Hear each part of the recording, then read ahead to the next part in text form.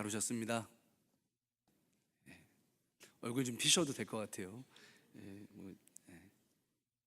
오늘은 구약 성경에 기록된 한 가지 사건을 통해서 생명을 이제 우리에게 가져오는 말과 또 사망에 이르게 하는 그런 말을 살펴보고자 합니다. 지난번에 이 전했던 말씀과 시리즈라고 그렇게 생각을 하시면 되겠습니다. 오늘 본문 말씀은 다 읽으셨지만 이스라엘 백성에 대해서 하나님께서 진노하신 그러한 말씀입니다.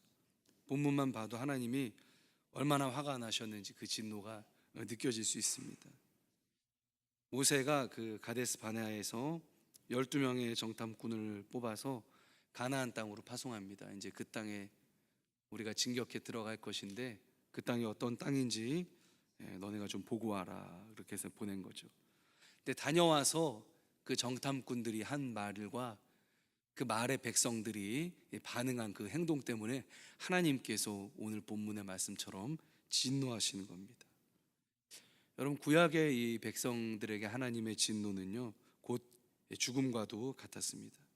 근데 무슨 말이 이렇게 하나님을 노하게 하셨을까? 우리가 좀 살펴봐야 되겠죠. 그리고 이 진노 와중에도 죽음을 피한 두 명의 그 신앙의 영웅이 있습니다. 그게 누구죠? 여호수아와 갈렙이죠. 어떤 말을 했길래 이 사람들은 또 하나님의 진노를 피하고 생명을 선사받았는가? 이것도 한번 우리가 생각해 보면 좋겠습니다. 먼저 하나님의 진노를 당하게 된 1차적인 말은 이 정탐꾼들의 이 말에 있습니다. 책임이 그들에게 있죠. 민수기 13장 25절에서 29절을 보여주시기 바랍니다. 한번 띄워주시고요. 제가 읽겠습니다. 40일 동안 땅을 정탐하기를 마치고 돌아와 바란 광야 가데스에 이르러 모세와 아론과 이스라엘 자손의 온 회중에게 나아와 그들에게 보고하고 그 땅의 과일을 보이고 모세에게 말하여 이르되 당신이 우리를 보낸 땅에 간즉 과연 그 땅에 젖과 꿀이 흐르는데 이것은 그 땅의 과일이니이다. 그러나 그 땅 거주민은 강하고 성읍은 견고하고 심이 클 뿐 아니라 거기서 아낙 자손을 보았으며 아말렉인은 남방 땅에 거주하고 헤딘과 여부스인과 아모리인은 산지에 거주하고 가나안인은 해변과 요단가에 거주하더이다. 이게 무슨 얘기냐면요, 당신이 우리를 보낸 땅은요 정말 좋은 땅이었습니다. 이 과일 한번 보십시오. 거기서 따온 겁니다. 근데 포도 한 송이가 제 얼굴만 했겠지요. 그렇게 좋은 열매가 맺히는 그러한 땅이었다는 겁니다. 그런데 문제는 뭐예요? 그 다음에 말에 있어요.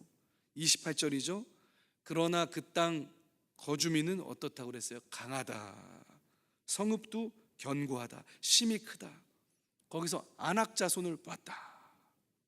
또 29절 보니까 아말렉인은 남방에 거주하고 햇사람과 여부스인과 아모리인은 산주에 거주하고 가나안인은 해변과 요단에 거주합니다.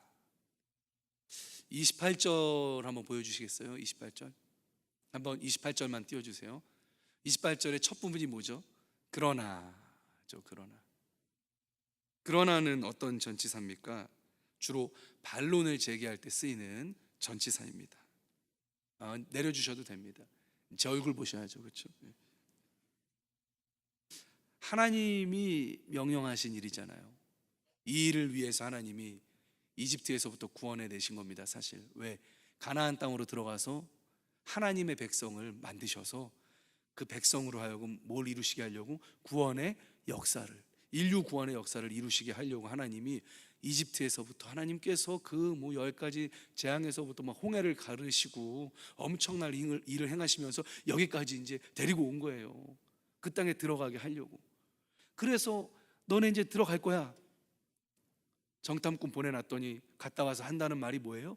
그러나 하나님이 우리 보내려고 하는 땅은 정말 좋은 땅입니다. 그런데요, 딱 이렇게 반론을 제기하는 겁니다. 사장님이 점심을 사주시려고 중국집으로 정을 하셨는데 말단 직원이 자꾸 그러나를 외치면서 일식집을 주장하면 어떻게 됩니까? 그 직원 회사에서 먹는 마지막 일식이 될 수 있습니다. 그렇죠? 아내가 큰맘 먹고 결혼 기념일에 저 엠버서더에 있는 그 킹스 뷔페를 지정하셨는데 남편이 자꾸 그러나를 외치면서 뭐 카드값을 외치면서 김밥 왕국을 주장하면 어떻게 됩니까? 그러면 그 뒷일은 제 생각만 해도 몸서리가 쳐집니다. 하나님, 가나안 땅은 정말 좋은 땅입니다. 과일도 좋았습니다.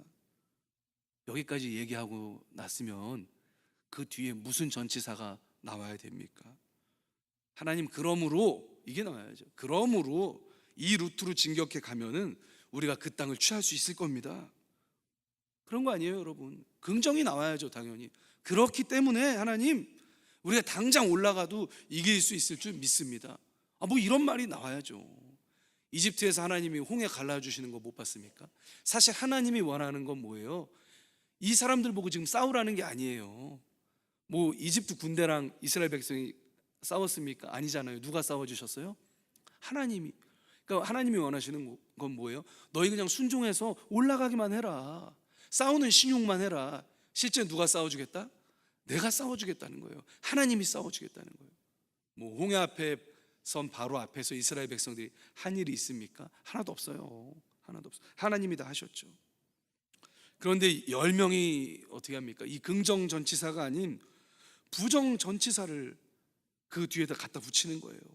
하나님, 안 될 것 같아요. 거주민이 강합니다. 성도 엄청 큽니다. 제가 안악 자손을 봤는데요, 아유, 우리는 메뚜기입니다, 메뚜기.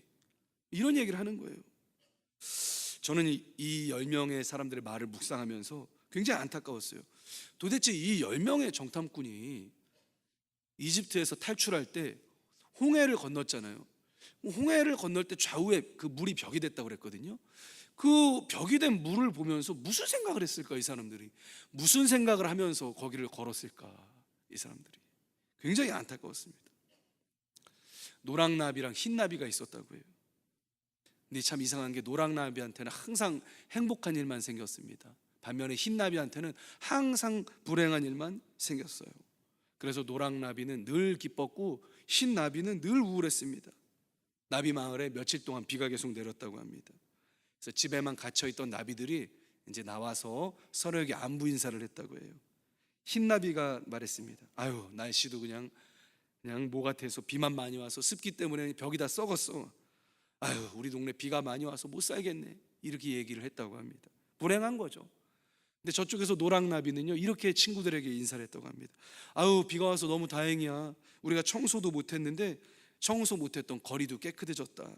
또 우리가 좋아하는 꽃들도 비를 듬뿍 맞고 키가 커졌다. 너무 감사하다. 그러니까 뭐예요? 행복한 거예요. 똑같이 비가 많이 왔는데 똑같은 거예요. 똑같은 거. 하얀 나비 뭐예요? 불안한 거예요. 노랑나비 뭐예요? 행복한 겁니다. 여러분, 노랑나비 되시기 바랍니다. 김인경 씨의 지치고 힘들 때 읽는 책이라는 이야기, 책에서 나온 이야기입니다. 그러니까 같은 상황인데 비 오는 것을 보는 관점에 따라서 행복할 수도 있는 거예요. 또 불행할 수도 있는 겁니다. 누가 선택하는 거예요? 내가 선택하는 거죠.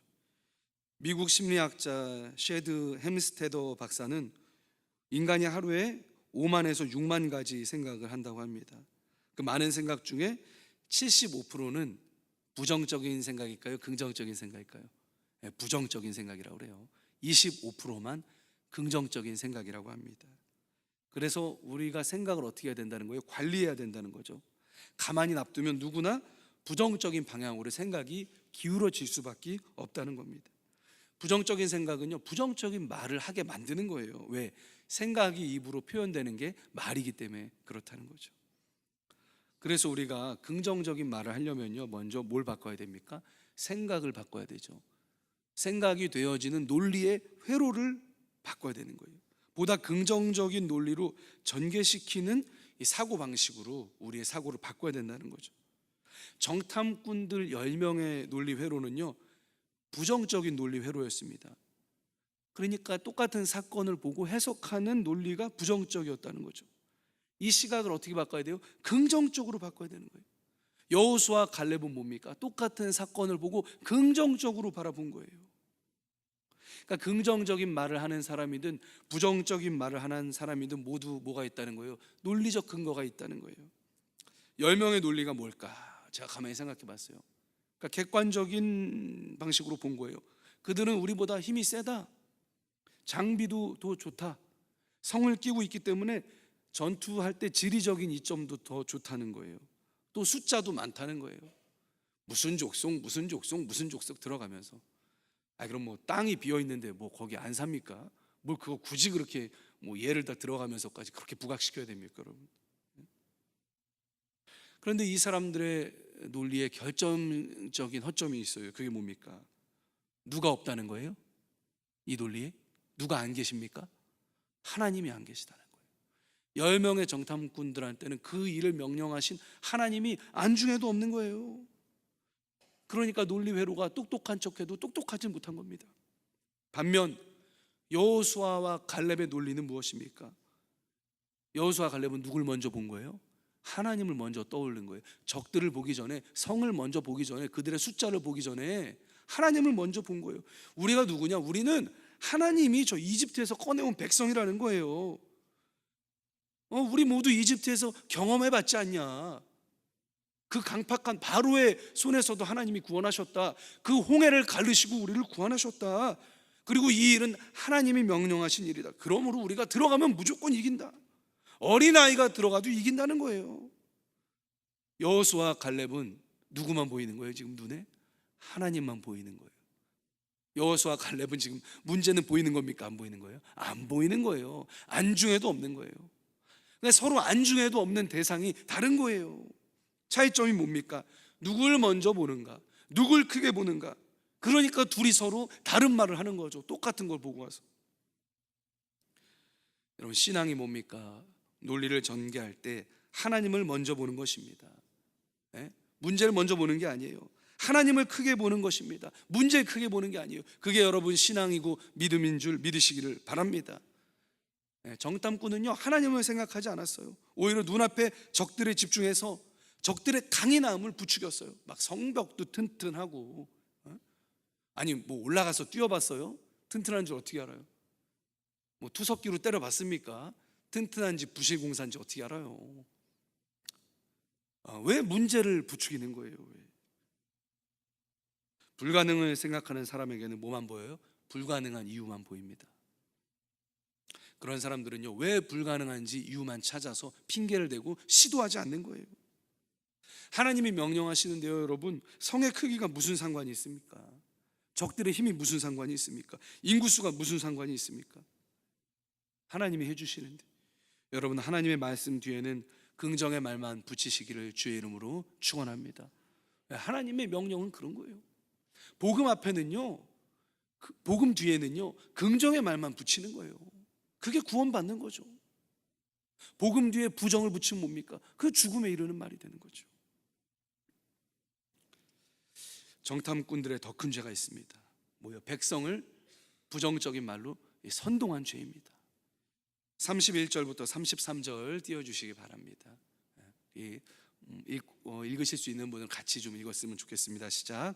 우리는 능히 올라가서 그 백성을 치지 못하니 그들은 우리보다 강하니라 하고 이스라엘 자손 앞에서 그 정탐한 땅을 악평하여 이르되 우리가 두루 다니며 정탐한 땅은 그 거주민을 삼키는 땅이요 거기서 본 모든 백성은 신장이 장대한 자들이며 거기서 네피림 후손인 아낙 자손의 거인들을 보았나니 우리는 스스로 보기에도 메뚜기 같으니 그들이 보기에도 그와 같았을 것이니라.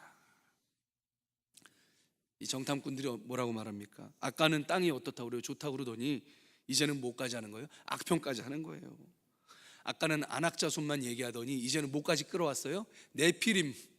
네피림이요, 언제 나오는 그 존재냐면은 대홍수 전에 나오는 존재예요. 전설과도 같은 오래된 네피림을 끌어와가지고 부정적인 여론을 지금 조성하고 있는 거예요. 불가능하다고 선동을 하는 거죠. 이게 누가 명령한 일이에요? 모세가 명령한 일입니까? 아니잖아요. 모세 이전에 누가 명령한 일입니까? 하나님이 명령한 일인 거예요. 그런데 하나님이 명령한 일을 두고 불가능하다고 지금 백성들 앞에서 선동하고 있는 겁니다. 공개석상에서 하나님 명령을 부정한 거죠. 그럼 누구 영광을 가리는 겁니까? 하나님의 영광을 가리는 거죠. 근데 이들의 직책은요, 이들의 죄를 더 무겁게 합니다. 이 사람들이 누굽니까? 12명의 리더예요, 여러분. 그 중에 10명이죠. 한 지파마다 한 사람씩 뽑았습니다. 아마 그 지파에서 가장 유력한 가문의 아들들을 뽑았을 거예요. 장차 이스라엘을 짊어지고 나갈 총망받는 차세대 뭐였습니까? 리더였어요. 아무나 간 게 아니에요, 여러분. 그러니까 12명 중에 한 명 리더가 나왔잖아요. 누구요? 여호수아. 또 걸출한 영웅이 나왔잖아요. 갈렙. 그 나머지 10명도요 그냥 뭐 째째한 사람들 보낸 게 아닙니다. 이스라엘에서 전체 지파 중에서 12명이라니까요 엄청난 사람들이 뽑혀서 간 거예요. 그런데 이 사람들이 백성의 사기를 어떻게 한 거예요? 완전히 무너뜨린 거죠. 이 사람들은요 지금 돌격 앞으로를 외치면서 자기가 앞장서 갖고 무기 들고 나가야 될 그런 사람들입니다. 그런데 이런 사람들이 오히려 뭐예요? 절대 못 이겨. 절대 못 이겨. 이렇게 얘기를 하면서 백성들의 힘을 빼놓은 거예요. 싸울 의지를 꺾어놓은 겁니다. 그러니까 자기들이 왜 뽑혔는지를 아는 거예요? 모르는 거예요? 모르는 거죠. 하나님이 자신들을 왜 뽑았는지, 모세가 자기를 왜 임명했는지를 모르는 거예요. 가나안 땅으로 지금 진격하는 것을 도우라고 뽑았는데 정반대로 진격을 불가능하게 만들어 놓은 겁니다. 그러니까 하나님이 진노하시는 거죠. 그럼 우리가 우리의 역할이 뭔지 알아야 돼요. 하나님께서 우리를 세우신 역할 무엇인지 정확하게 알고 있어야 됩니다. 그리고 모세는요 갈지 말지를 결정하라고 정탐꾼을 보낸 게 아닙니다. 거기는 반드시 가야 되는 거예요. 누가 명령했기 때문에? 하나님 명령했기 때문에 너네가 갈지 말지 보고 와라 이게 아니에요. 모세는 어느 길로 어떻게 들어갈지를 보고 와라 이렇게 명령한 겁니다. 근데 다녀와서 이상한 소리를 하는 거죠. 하나님 명령하신 일을 두고 못한다, 불가능하다 말하고 있는 거죠. 여러분, 하나님 우리에게 명령하실 때 가능한 여부를 판단하라고 하지 않으십니다. 가능과 불가능은 누가 판단할 일이십니까? 하나님이 판단할 일이시라는 거예요. 저와 여러분이 해야 할 일은 말씀 믿고 올라가는 일인 줄 믿으시기를 바랍니다. 여러분, 하나님은 우리를 구원하실 수 있습니다. 믿으시죠? 구원 여부를 누가 판단해요? 우리가 판단하는 게 아니에요. 예수 믿으면 구원받는다는 이 명제를 누가 판단하는 거예요? 이건 가능한 겁니다. 우린 믿으면 되는 거예요. 믿고 올라가면 되는 겁니다, 여러분. 백성들은 죄가 없습니까? 백성들도 있어요. 백성들의 죄가 뭡니까? 먼저는 잘못된 말을 선택한 거예요. 긍정이 아니고 뭘 선택했어요? 부정을 선택한 거예요. 30절 이런 말이 있습니다. 갈렙이 모세 앞에서 백성을 조용하게 하고 이르되 우리가 곧 올라가서 그 땅을 취하자 능히 이기리라. 그러니까 부정적인 여론을 보고 갈렙이 얘기한 거예요. 아니다, 우리가 능히 올라가면 취할 수 있다, 우리가 이길 수 있다, 이렇게 갈렙이 주장한 거예요. 근데 백성들은 어떻게 했습니까? 갈렙의 말을 듣지 않았죠. 그리고 10명의 말을 듣고 밤새도록 울었습니다. 순간의 선택이 평생을 어떻게 합니까? 좌우하는 거죠. 저는 이 선택에 그 이스라엘 백성의 향후 운명이 갈라졌다 이렇게 생각합니다. 20세 이상은 다 어떻게 했습니까? 광야에서 죽었어요. 사실 광야에서 다 사망 선고를 받은 겁니다. 약속의 땅에 들어가질 못한 거예요. 언제나 여러분 믿음과 가능성과 긍정을 선택하시기를 바라겠습니다. 긍정을 우리가 입 밖으로 내야 돼요. 예전에 목사님이 하셨던 예화 같은데 정확한 예화여서 제가 다시 합니다. 공자가 하급 관리로 일하고 있는 조카 공멸에게 물었다고 합니다. 네가 일하면서 얻은 게 무엇이고 잃은 것이 무엇이냐? 그러니까 공멸이 대답했다고 합니다. 제가 얻은 것은 하나도 없고요, 3가지를 잃어버렸습니다. 첫째는 일이 너무 많아서 공부를 못했고, 둘째는 보수가 적어서 친척 대접을 못했고, 셋째는 일이 너무 바빠서 친구랑 사이가 멀어졌습니다. 그런데 공자가 똑같은 일을 하고 있는 제자 자천이라는 제자에게 똑같은 질문을 했다고 합니다. 그러니까 자천이 이렇게 대답했대요. 저는 잃은 건 하나도 없고요, 3가지를 얻었습니다. 첫째는 배운 것을 실행하게 돼서 배운 내용이 더욱 확실해졌습니다. 둘째는 월급은 적지만 아껴서 친척을 대접하게 되니 더욱 친해졌습니다. 셋째는 일이 바쁜데 그 시간을 잘 쪼개서 친구들과 교제하니 우정이 더욱 두터워졌습니다.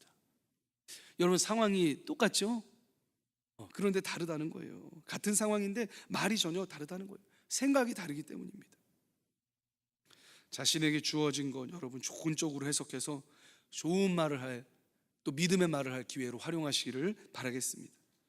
성공의 생태학이라는 책을 쓴 로버트 아노트 박사가 이런 말을 했다고 합니다. 성공한 사람들에게서 발견되는 공통적인 특성은 긍정적인 정신 에너지다. 긍정적인 정신 에너지는 성공으로 가는 보증 수표이자 성공의 생물학적 기초다. 이런 말을 했다고 합니다. 말은 뭐예요? 인생의 방향을 결정해 준다는 거죠. 말을 하게 되면 뭐예요? 사람이 그 말에 지배를 받게 됩니다. 그래서 여러분 부정적인 상황이라도요 찾아보면 긍정적 요소가 얼마든지 있다는 겁니다. 여러분 긍정의 말을 선택하시기를 바라겠습니다. 백성들이 두 번째 잘못한 말은 뭡니까? 원망의 말이에요. 원망의 말. 14장 2절 3절을 보여주시길 바랍니다. 없어요? 제가 읽을게요. 괜찮습니다. 여러분. 이스라엘 자손이 다 모세와 아론을 원망하며 온 회중이 그들에게 이르되 우리가 애굽 땅에서 죽었거나 이 광야에서 죽었으면 좋았을 것을 어찌하여 여호와가 우리를 그 땅으로 인도하여 칼에 쓰러지게 하려 하는가? 우리 처자가 사로잡히리니 애굽으로 돌아가는 것이 낫지 아니하랴. 백성들은 누굴 원망했습니까? 하나님을 원망한 거예요. 지도자를 원망한 거예요. 그리고 원망을 입 밖으로 낸 겁니다. 하나님께서 살려서 여기까지 데리고 왔더니 뭐예요? 이제 와서 어떻게 죽었으면 내가 더 좋았을 거다. 이런 무례한 말이 어디 있습니까, 여러분? 원망은요, 그 속을 들여다보면 뭐예요? 책임 전가예요. 책임 전가. 내가 이렇게 된 게 다 누구 탓이라는 거예요? 다른 사람 탓이다. 내 탓은 하나도 없다. 사실 책임 전가죠. 근데 인생의 선택은 누가 하는 겁니까? 내가 하는 거예요. 그게 원망할 게 없다는 거예요. 또 원망은 전혀 생산적이지 못합니다. 신사한탄이기 때문에 그래요. 무기력하고 무책임한 행동이 그게 원망이죠. 이 원망과 막말, 험담 이런 말들이요 듣는 상대방에게만 치명적인 게 아니라고 합니다. 이거 하는 당사자에게도 해롭다고 합니다. 왜 남을 헐뜯는 그 말, 또 원망하는 말에는 분노가 녹아져 있기 때문에 그 독이 된다는 거예요. 여러분 독을 우리 입에 담고 있다고 생각해 보세요. 여러분 독이 안 되겠습니까? 그게 좋겠습니까? 좋을 수 없는 거죠. 그래서 생각 버리기의 저자 코이케 류누스케라는 사람은 푸념이나 험담을 하면 일순간 쾌감을 느끼는 것 같지만 부정적인 말에는 분노라는 독소가 포함되어 있기 때문에 결국 불쾌한 감정과 스트레스를 받을 수밖에 없다. 그러니까 자기 자신을 위해서라도 부정적인 말, 원망의 말은 입에 담지 않는 것이 좋다. 이렇게 조언하고 있는 부분을 발견할 수가 있습니다. 백성들이 원망의 말을 할 때 제일 심각한 건 그 말을 누가 듣고 계신 거예요? 하나님이 듣고 계시다는 거죠. 그래서 우리가 어떤 일을 원망하고 하나님을 원망하면요 누가 듣고 계세요? 하나님이 듣고 계시다는 거예요. 여러분 의식적으로 원망을 여러분의 입에서 제거하시기를 주의 이름으로 축원합니다. 근데 제가 볼 때 백성의 가장 큰 죄는요 원망을 한 단계 넘어서서 하나님이 그 세워놓은 지도자인 모세에게 반역을 시도한 죄입니다. 4절 말씀이 이거예요. 이에 서로 말하되 우리가 한 지휘관을 세우고 애굽으로 돌아가자. 이게 무슨 얘기예요? 모세와 아론을 죽이고 다른 지휘관을 세워서 자기들이 탈출했던 애굽으로 돌아가자는 겁니다. 여러분 이게 지금 뭐 정상적인 논리에서 나올 말입니까? 아니죠. 지금 이집트 돌아가면은 이집트에서 어떻게 할 것 같습니까? 어서 와, 이집트는 처음이지 이럴 것 같습니까? 아니죠. 지금 이집트는 독이 바짝 올라 있어요. 아들이 다 어떻게 됐습니까? 죽었잖아요. 장자가. 또 군대는 다 어떻게 됐어요? 물에 수장됐잖아요. 지금 이집트 가면은요 노예 생활하는 게 아니에요. 이제는 뭐가 되는 거예요? 분풀이 대상밖에 못 되는 거예요. 근데 다른 지도자 세워갖고 이집트 돌아가자고 하는 거예요. 지금 이게 정상적인 논리가 아닌 거예요. 이스라엘 백성이 왜 이렇게 의사결정 능력이 떨어졌을까요? 인간의 뇌는요 이 부정적인 말에 민감하다고 합니다. 특히 거친 말은 이 감정을 주관하는 뇌의 변연계를 활성화시켜서 불안과 공격성을 자극한다고 합니다. 또 이성을 마비시킨다고 합니다. 그래서 버클리 대학의 다이아몬드라는 박사는 이름 참 좋죠. 다이아몬드. 부정적인 자극이나 메시지를 계속 접하면 두뇌에 미세한 인식의 차이가 발생해서 신체 신호까지 나쁘게 바뀐다. 또 정상적인 판단을 할 수 없게 만든다. 이렇게 얘기하고 있습니다. 부정적인 말에 장시간 노출된 아이들은요, 학습 능력이 떨어지고 행동도 경망스럽고 성격이 차분하지 못하다고 합니다. 어른들도 마찬가지예요. 부정적인 말을 들으면 작업 능률이 떨어지고 실수가 많아지고 의사결정 능력이 떨어지는 등 원인을 알 수 없는 무기력증에 시달린다고 합니다. 그러니까 백성들이 뭐 한 거예요? 밤새 울면서 지금 막 원망한 거잖아요. 밤새 울면서 분노의 말을 한 거잖아요. 그러니까 뭐예요? 객관적인 판단 능력이 상실된 거예요. 그래서 감히 하나님 세우신 모세와 아론을 죽이고 다른 지도자를 세워서 다시 이집트로 들어가자 이렇게 얘기한 거죠. 그러니까 이성이 마비된 거예요. 이성. 이 반역의 말을 하나님이 싫어하시는 거는 제가 지난번 설교 때 충분히 말씀을 드렸습니다. 루시퍼가 왜 사탄이 됐습니까? 반역해서 사탄이 된 거잖아요. 사람이 선악과 따먹은 게 뭐예요? 하나님 명령에 대한 반역이죠. 그래서 죽게 된 거죠. 그래서 하나님께서요, 여기까지 이 이스라엘 백성의 말을 들으시고 어떻게 하셨습니까? 무섭게 진노하신 거예요. 그래서 원래 그냥 다 죽이고 내가 모세 너를 통해서 새로운 백성을 만들어주겠다 그랬는데 모세가 간곡하게 기도를 하죠. 그래서 하나님이 뭐예요? 그 후에 내린 결정이 너희의 입술에서 나온 말대로 내가 너희에게 행하겠다 말씀하신 거죠. 28절에서 30절 띄워주시기 바랍니다. 14장 28절. 제가 읽을게요. 그들에게 이르기를 여호와의 말씀에 내 삶을 두고 맹세하노라. 너희 말이 내 귀에 들린 대로 내가 너희에게 행하리니 너희 시체가 이 광야에 엎드러질 것이라. 너희 중에서 20세 이상으로 계수된 자 곧 나를 원망한 자 전부가 여분네 아들 갈렙과 눈의 아들 여호수아 외에는 내가 맹세하여 너희에게 살리라 한 땅에 결단코 들어가지 못하리라. 눈여겨볼 말씀이 있죠. 너희 말이 내 귀에 들린 대로 내가 너희에게 행하리라. 그래서 먼저 10명의 그 지도자들은 하나님이 직결 심판하신 거예요. 그 자리에서 죽이셨죠. 그 후에 부정적인 말을 선택했던 그 모든 백성들, 여호수아와 갈렙을 제외한 20세 이상의 모든 백성들은요, 한 명도 빠짐없이 광야에서 40년 동안 유리하다가 죽은 거예요. 그래서 왜 이런 결과를 낳았을까? 하나님의 구원 역사에 동참하라는 부르심을 거절한 거죠.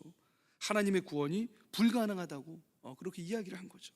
그래서 믿음 없는 말, 하나님을 생각하지 않는 그런 말, 불가능하다는 말, 원망하는 말, 반역의 말, 이런 말 때문에 이스라엘 백성이 광야에서 죽는 그러한 신세가 되었다는 겁니다. 그럼 우리가 어떤 말을 해야 됩니까? 하나님을 기쁘시게 하는 생명의 말을 해야 되는 거죠. 하나님이 이렇게 무섭게 분노하시면서도요, 두 명에게는 가나안 땅에 들어가게 해주셨어요. 생명을 허락해 주셨습니다. 여호수아와 갈렙이죠. 갈렙의 말과 여호수아의 말에 담겨있는 말이 하나님을 흡족하게 했다는 거예요. 민수기 14장 6절부터 9절 띄워주시기 바랍니다. 제가 읽겠습니다.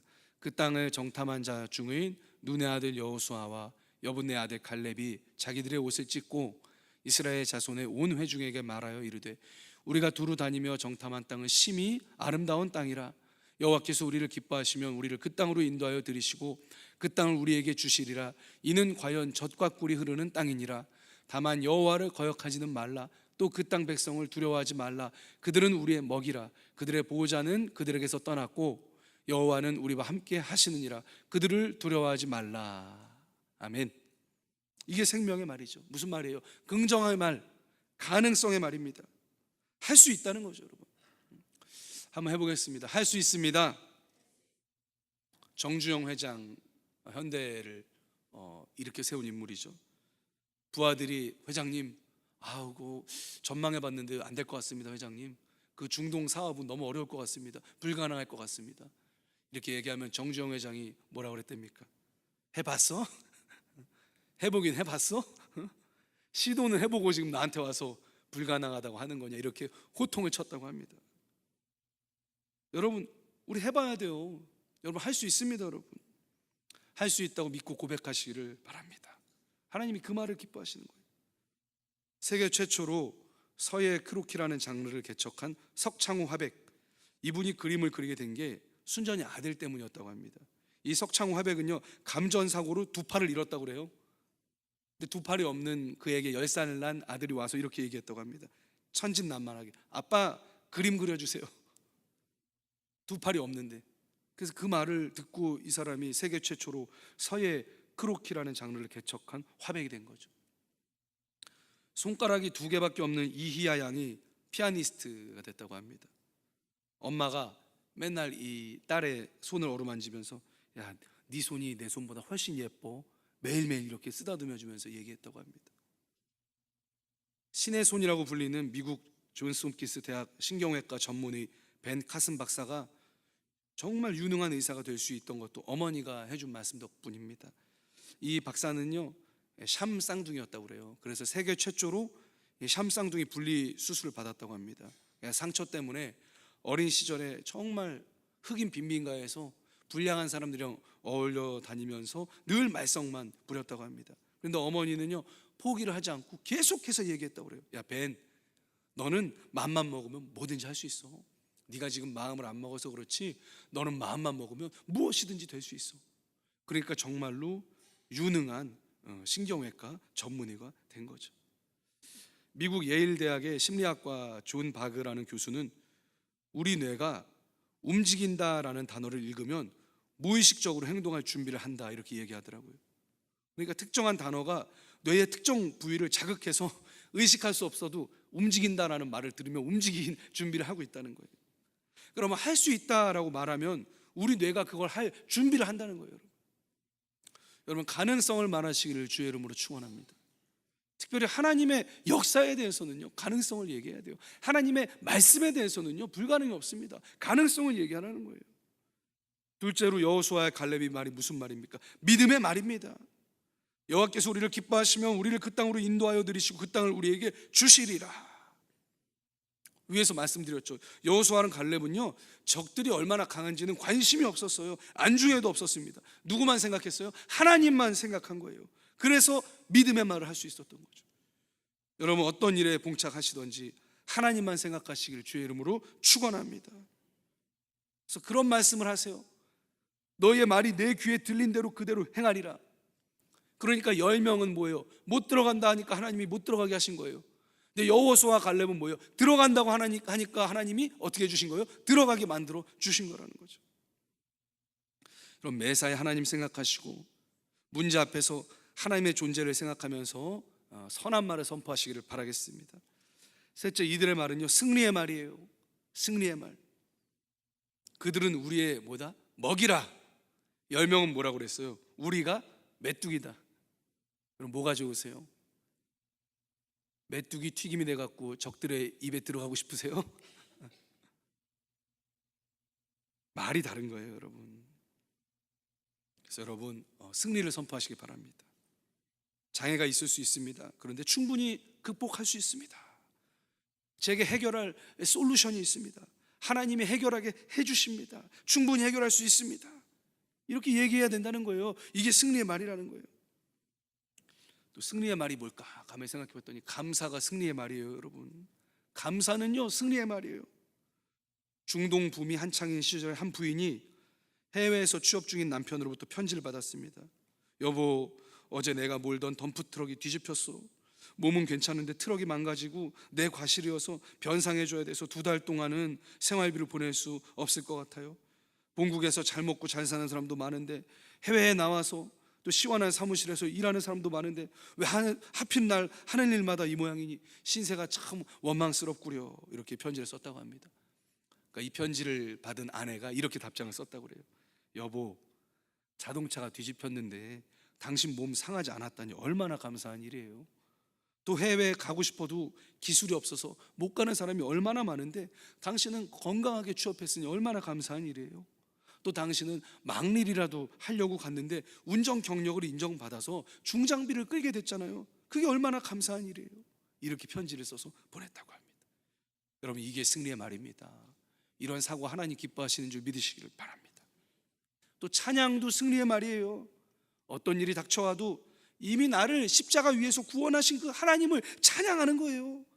앞으로 무슨 일이 있어도 날 끌고 가시고 구원의 자리까지 오르게 하실 그 하나님을 찬양하는 거예요. 그래서 찬양은 놀라운 승리의 고백이죠. 여러분의 삶에 무슨 일이 있어도 찬양이 넘쳐나실 주의 이름으로 축원합니다. 끝으로 이 여호수아와 갈렙이 한 말이 뭐예요? 하나님이 함께 하십니다. 이런 믿음의 고백이에요. 여러분, 이것만큼 긍정의 말이 없어요. 이것만큼 힘 있는 말이 없습니다. 그들의 보호자는 그들에게서 떠났고 여호와는 우리와 함께 하시느니라. 여러분, 십자가를 보실 때마다 하나님이 나와 함께 하시는 줄 믿으시기를 바랍니다. 왜 그래요? 예수님 오심이 하나님이 우리와 함께 한다는 증거예요. 임마누엘이라 하라. 번역한즉 이는 하나님이 너희와 함께 하시라 말씀하셨잖아요. 이스라엘의 역사 가운데 가장 어둡고 가장 힘들던 그 로마 치세의 역사 한복판에 하나님의 아들이 오신 거예요. 다 하나님께서 지켜보고 계시고 하나님께서 함께하고 계시다. 이게 바로 예수님의 오심이죠.